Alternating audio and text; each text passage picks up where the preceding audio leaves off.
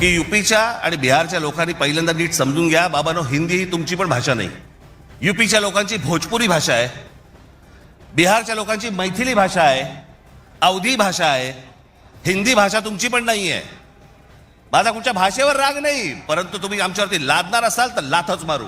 क्यों पड़े हो चक्कर में, कोई नहीं है टक्कर में.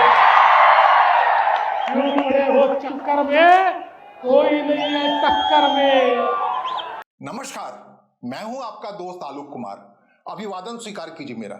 16 जनवरी 2026 क्या इतिहास की एक ऐसी तारीख साबित होने वाली है जिस दिन महाराष्ट्र की राजनीति से बाला साहब ठाकरे का परिवार, राज ठाकरे और उद्धव ठाकरे का परिवार महाराष्ट्र की राजनीति से बोरिया बिस्तर बांधकर निकल जाने को मजबूर हो जाएगा. आप कहेंगे काल्पनिक बात कर रहा हूं मैं. ये काल्पनिक कतई नहीं है, ये तथ्यों के आधार पर बात है. 15 जनवरी 2026 को महाराष्ट्र के 29 महानगर पालिकाओं का मतदान है, चुनाव है. और जो हालात दिख रहे हैं, ग्राउंड रियलिटी जो दिख रहा है, और उसके नतीजे 16 जनवरी को आने हैं, उसमें कहीं से भी मनसे हो, महाराष्ट्र नवनिर्माण सेना हो या उद्धव ठाकरे का शिवसेना गुट हो, मैदान में मजबूती से ठहरा हुआ नहीं दिख रहा है. और तो और छोड़िए, बीएमसी की बात करें, बृहत मुंबई कॉरपोरेशन की बात करें, मुंबई महानगरपालिका की बात करें, जो एशिया की सबसे बड़ी महानगरपालिका है, जिसका सालाना बजट जानते हैं कितना है? 90,000 करोड़ रुपए.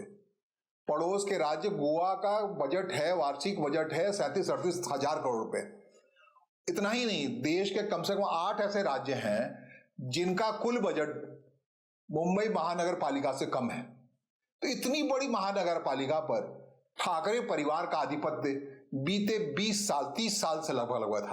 भारतीय जनता पार्टी के साथ मिलकर शिवसेना ठाकरे गुट की बात इसलिए कर रहा हूं, तब नहीं था. शिवसेना और भारतीय जनता पार्टी मिल करके वहां शासन चला रही थी. वहां का मेयर कौन होगा, वह लड़ झगड़ के शिवसेना ले लेती थी. अलायंस जो भारतीय जनता पार्टी के साथ था, उसमें मेयर शिवसेना का होता था. अब पूरी राजनीति आप कह लीजिए, जब से बाला साहब ठाकरे गए हैं उससे पहले की बात मैं कर रहा हूं, चुनाव लड़े बिना मेयर कौन होगा बीएमसी का, मुंबई का मुख्यमंत्री कौन होगा, ये तय करते थे बाला साहब ठाकरे. अपने परिवार के किसी मेंबर को चुनाव नहीं लड़ने देते थे. और मुंबई के राजा थे, बादशाह थे, सम्राट थे, हिंदू हृदय सम्राट कहलाते थे. जैसी भी हालात हो, बीएमसी पे शिवसेना का आधिपत्य ही कहता था.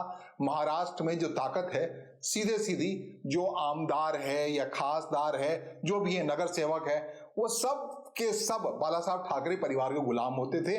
लेकिन अब जो स्थिति है, इस बार की स्थिति जब मैं कह रहा हूं 29 महानगर पालिकाओं के हालात की स्थिति कह रहा हूं, जहां 15 जनवरी को चुनाव होना, वहां कहीं भी मैदान में ठहरी नहीं दिख रही.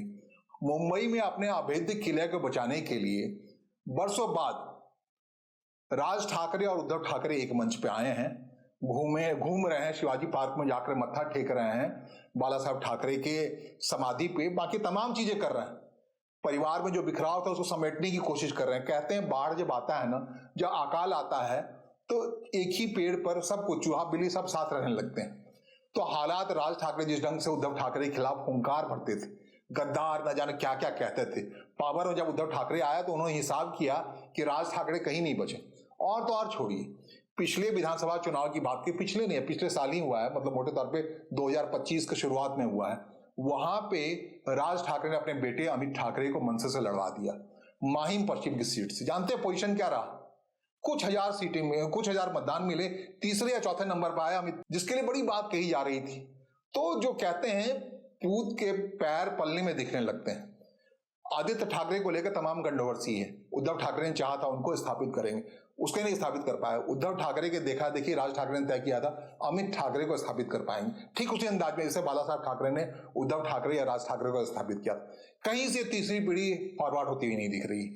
अगर कोई दिख रहा है महाराष्ट्र की राजनीति में, अगर कोई दिख रहा है बीएमसी में, अगर कोई दिख रहा पूरे महाराष्ट्र में, तो वो मुख्यमंत्री देवेंद्र फडणवीस है. देवेंद्र फडणवीस के बारे में एक बात कही जाती है कि 2019 में उद्धव ठाकरे ने जिद ठान ली कि देवेंद्र फडणवीस के अलावा भारतीय जनता पार्टी किसी और व्यक्ति का नाम दे तो मुख्यमंत्री मान लेंगे. लेकिन भारतीय जनता पार्टी का जो मोहरा थे देवेंद्र फडणवीस, भारतीय जनता पार्टी ने कोई समझौता नहीं किया। इसकी वजह से वो उद्धव ठाकरे जाकर के कांग्रेस पार्टी और एनसीपी के साथ मिलकर सरकार बना गए। भारतीय जनता पार्टी को विपक्ष में बैठने को मजबूर होना पड़ा। उद्धव ठाकरे को लगा कि देवेंद्र फडणवीस किनारे कर देंगे। 2019 में घाव खाए देवेंद्र फडणवीस। अब 6-7 साल के बाद उसका अंजाम भुगत रहे हैं उद्धव ठाकरे। जो हालात है वो ना उनके पास पार्टी रही, ये सब कुछ देवेंद्र फडणवीस की वजह से हुआ। अब तो मुख्यमंत्री हैं, सबसे ताकतवर है, और बीएमसी में उन्होंने ये तय कर दिया है कि अगर किसी की सरकार बनेगी तो वो मोटे तौर पे भारतीय जनता पार्टी की बनती हुई दिख रही है। देवेंद्र फडणवीस मुंबई महानगर पालिका में 137 सीटों पर भारतीय जनता पार्टी के उम्मीदवारों के लिए प्रचार नहीं कर रहे हैं, बल्कि उनकी सारी सीटें जो हैं उनका अलायंस मोटे तौर पे वहां पर है शिवसेना शिंदे के साथ, एकनाथ शिंदे के साथ। जो कुछ भी है, जहां भी कहते हैं शिवसेना शिंदे का उम्मीदवार चला गया मातोश्री, और वहां पे जाकर उद्धव ठाकरे से वोट मांगने लगा कि बाहर आइए, मुझे वोट दीजिए, क्योंकि असली शिवसेना वही है। तो आप समझ ले राजनीति कहां जा रही है। पूरे तौर पे ऐसा दिख रहा है सिकुड़ के पूरा मामला रह गया है, कहीं ठहरती हुई नहीं दिख रही है ग्राउंड पर उद्धव ठाकरे की शिवसेना। कहीं नहीं दिख रहा है मराठी मानुष को लेकर के जो लड़ाई लड़ने की कोशिश किए थे राज ठाकरे, सारी भाषा सारी शब्दावली अपने हिसाब से वहां पे इर्द गिर्द घूमती हुई दिख रही है भारतीय जनता पार्टी के साथ। भारतीय जनता पार्टी के साथ मौजूद हैं एकनाथ शिंदे, उसी मजबूती के साथ क्या है, बिल्कुल पीछे पीछे खट चल रहा है। वही एकनाथ शिंदे जिसकी मजबूरी में जब उन्होंने पार्टी तोड़ी थी उद्धव ठाकरे या शिवसेना को, जब सरकार बनाई थी तो मुख्यमंत्री थे।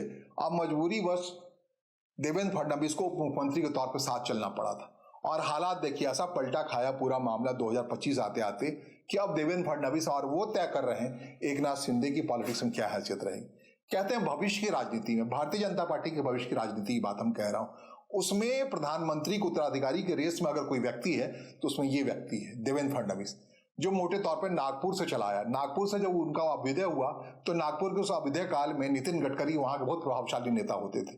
कहते राजयोग लेकर के देवेंद्र फडणवीस आए सेंट्रल राजनीति में, और उनको डाउन प्ले करते हुए अब जिस तरीके से रेस से बाहर चले गए नितिन गडकरी प्रधानमंत्री के रेस से, तो इसी देवेंद्र फडणवीस की एक बार फिर से परीक्षा है इस 29 महानगर पालिकाओं के चुनाव में, जहां पे उन्होंने पुणे, पिंपरी, इनफैक्ट जो कही आप मराठवाड़ा का इलाका है, वहां पर चाचा भतीजे को इस कदर मजबूर कर दिया। चाचा भतीजा कहते ही ये बात साफ होती है। शरद पवार और अजित पवार सरकार में उप मुख्यमंत्री हैं। पवार फैमिली को समझ में आ गया कि अब क्या करना है। पवार फैमिली ने यह तय कर लिया है कि वो विलय कर लेंगे। चाचा ने एक हिसाब से सहमति दे दी। कहते हैं 23 जनवरी एक ऐसी तारीख होगी इस 29 महानगर पालिकाओं में अपनी हालात को देखने के बाद एनसीपी जो राष्ट्रवादी कांग्रेस पार्टी है वो एकीकृत हो जाएगी। घड़ी निशान को लेकर के महाराष्ट्र की राजनीति करते रहेंगे अजित पवार देवेंद्र फडणवीस के पीछे। अब आगे बढ़ने की कोई सूरत नहीं दिख रही है। हालात उम्र भी अभी देवेंद्र फडणवीस के पास काफी है, अजित पवार उनसे काफी उम्र में बड़े, और अजित पवार की जो बहन है सुप्रिया सुले, काफी लंबे समय बात हो रही थी, वो केंद्र की राजनीति करती रहेगी, दिल्ली की राजनीति करती रहेगी। अब तक ऐसा लगता रहा था शरद पवार को कि उनके पास राजनीति करने की उम्र है, लेकिन अब उनको लग गया है इस पराक्रम से, देवेंद्र फडणवीस के पराक्रम से, कि अब कोई उम्र नहीं बची। अब वो अपने बच्चे को सेट कर ले, अपनी बेटी को केंद्रीय मंत्री के तौर पर देख ले। सुप्रिया सुले ने पिछले संसदीय सत्र में जिस हिसाब से कहा कि वोट चोरी जो कहते हैं राहुल गांधी, वो कतई नहीं है। अगर वोट चोरी का मामला होता 3 बार से वो संसदीय चुनाव नहीं जीतती, एक बार राज्यसभा के चुनाव जीत चुकी हैं। तो उन्होंने साफ कहा, कांग्रेस अपना स्टैंड क्लियर कर दिया पिछले ही संसदीय चुनाव में। यूं ही नहीं, गौतम अडानी चले आए बारामती, जहां पर एक ही मंच पर शरद पवार, सुप्रिया सुले और अजित पवार दिखे। कहते हैं कि ऐसी तारीख है 23 जनवरी के बारे में अटकल लगाई जा रही है। बसंत पंचमी के बाद शरद पवार पूरी पार्टी के बागडोर अपने भतीजे अजित पवार के पास सौंप देंगे। शरद पवार का गुट है वो विलय कर जाएगा अजित पवार के गुट के साथ। जो ओरिजिनल सिंबल है इनका, जो अभी अजित पवार के पास है राष्ट्रवादी कांग्रेस पार्टी का घड़ी छाप, वो बचे रहेगा, और सुप्रिया सुले केंद्रीय सरकार में हो सकता संभव है मंत्री बन जाए नरेंद्र मोदी की सरकार में, और अजित पवार अपने हिसाब से देवेंद्र फडणवीस के साथ साथ पूरी पॉलिटिक्स करते रहे। तो जहां चाचा भतीजा एक हो गए, एनसीपी का बिखराव एक हो गया, वहां पर मिलने की कोशिश तो एमएनएस और उद्धव ठाकरे ने किया, लेकिन वो बचने की कोशिश इसलिए वहां संभव नहीं हो पाई क्योंकि एकनाथ शिंदे देवेंद्र फडणवीस के साथ हैं, वो धड़ा।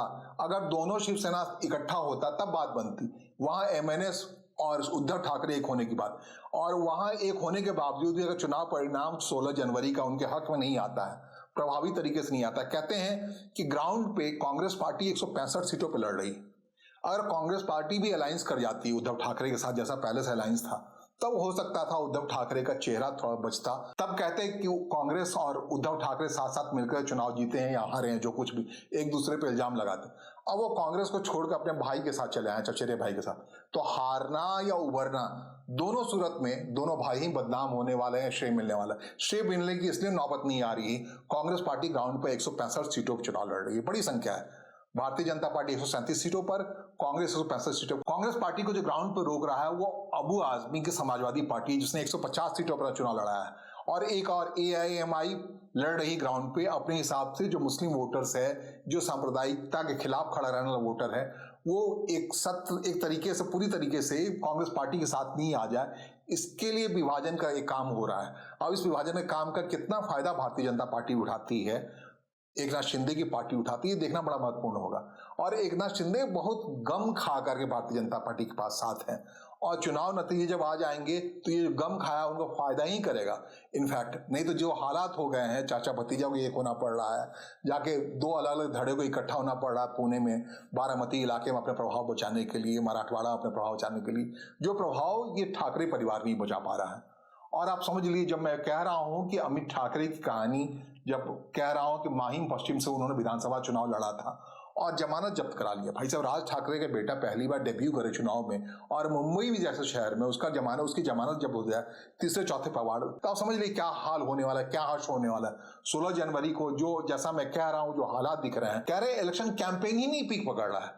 भाई एकनाथ शिंदे के लोग चले आ रहे हैं, उद्धव ठाकरे के यहाँ मातोश्री चले आ रहे हैं, वोट मांगने के लिए चले आ रहे हैं, और रही सही कसर जो उनको कांग्रेस इंक्लाइन वाले वोट मिलते, कांग्रेस ने एक मजबूत स्टैंड ले रखा है, ग्राउंड पे जाकर के 165 सीटों पे चुनाव लड़ रही है BMC के। आप समझ सकते कोई स्कोप नहीं छोड़ा है, दोनों तरफ से घिरा पड़ा है ये ठाकरे परिवार। इस सूरत में देखना है मराठी मानुस का ये खेल, जो उद्धव ठाकरे परिवार या बालासाहेब ठाकरे परिवार लगातार करता रहा था और उत्तर भारतीयों को निशाना बनाता रहता था, उसका हश्र अब क्या होगा। हश्र जो भी होगा हम भी देखेंगे, आप भी देखेंगे।